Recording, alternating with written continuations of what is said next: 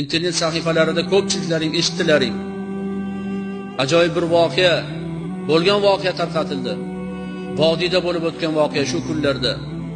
Kichkinagina Hadicha degan qizaloq dugonasining Qur'on kitobi bor ekan. Shu kitobingdan menga ham berib turgin desa, otang ham senga Qur'onni olib bersin debdi. Hadicha sekin uyiga borib onasiga yalinib yolvorib, "Oyijon, menga ham Qur'on olib bering. Dugonalarimning Qur'oni bor. Ular Qur'onni o'qishadi. Menga ham Qur'on olib bersangiz, Qur'on o'qirdim" degan ma'noda yalinib yolvoribdi.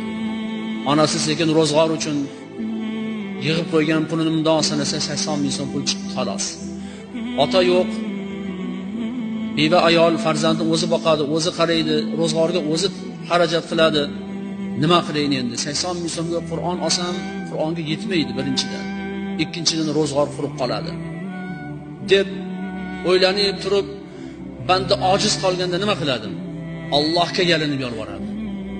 Joy namozi solib, qiblaga yuzlanib, astag'firullah niyat qilib, "Ya Robbim" deb 2 rakat namoz o'qib, namozdan keyin qo'llarni duoga ochib, yig'lagan hollarda Oyisha, Hadichaning onasi Oyisha uxlab qolibdilar. Joy namoz ustida. Bir payt tushlariga Imom Buxoriy kiribdilar. Imom Buxoriy go'zal bir libosda, qo'llari to'la shundoq kitoblarni olib, uylarining oldiga o'tib ketayotgan ekan. Oyisha hayron bo'lib mundoq qarasalar, Imom Buxoriyning oldilarida Rasululloh sallallohu alayhi vasallam ham ketayotgan ekanlar. Yugurib borib umidvor bo'lgan Oyisha Rasululloh sallallohu alayhi vasallamning quchi bag'rlariga bosib, hojatlarini ayta olmasdan munglik yig'lab turaverdilar. İchlarida o'zlaricha go'yoki, "Ya Rasululloh, Imom Buxoriyga ayting, sizcham Hadichaga bittagina Qur'on bersinlar, Imom Buxoriyga ayting" deb ichlarida o'tkazibdilar hayollaridan. Shu payt payg'ambarimiz sallallohu alayhi vasallam Oyishani yelkalaridan silab, "Ey Oyisha, sabr deb 3 marta aytibdilar. Ba'ni aytibdilarki, sendek ayollarga tayyorlab qo'yilgan mukofotlar bor" debdilar. Oyisha uyg'onib ketibdi. Bu tush bir bashorati bor. Qizimga Qur'on olib bermasam bo'lmaydi deb yurib qo'ygan pulni olib, qizini yetaklab do'konga boribdi. Kitob do'konga borsa, yoshgina Hadicha jajji qo'llari bilan bir Qur'onni ushlab, bag'riga bosib, "Mana shu Qur'on menga yoqdi oyijon, shu Qur'onni olib bering" deb erkalanishni boshlabdi. Haligi Oyisha onamda qarasa, yig'ib qo'ygan puli Qur'onga yetmaydi. 80 ming so'mga Qur'on bermaydi hozir. Sekin do'konchining oldiga, sotuvchining oldiga boribdi-da, "Iltimos, shu qizim juda ham Qur'onni yaxshi ko'radi.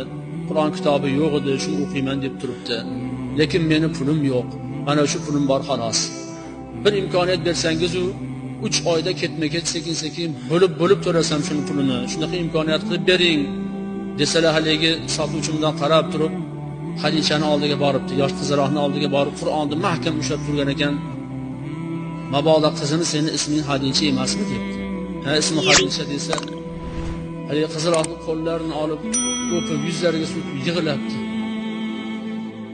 "Shu do'kondagi hamma kitob seniki. Hammasini ol Hadicha. Sen tufayli men Rasululloh sallallohu alayhi vasallam tushlarimda ko'rdim. Rasululloh menga tushlarimda aytdi. Hadicha keladi seni do'koningga. Qur'on so'raydi, Qur'on bergin deb aytdi. Ol hammasini, ol hammasi senga. Sen barakali qiz ekansan, sen tufayli men Rasululloh sallallohu alayhi vasallam tushlarimda ko'rdim" deb yig'lagan ekanlar.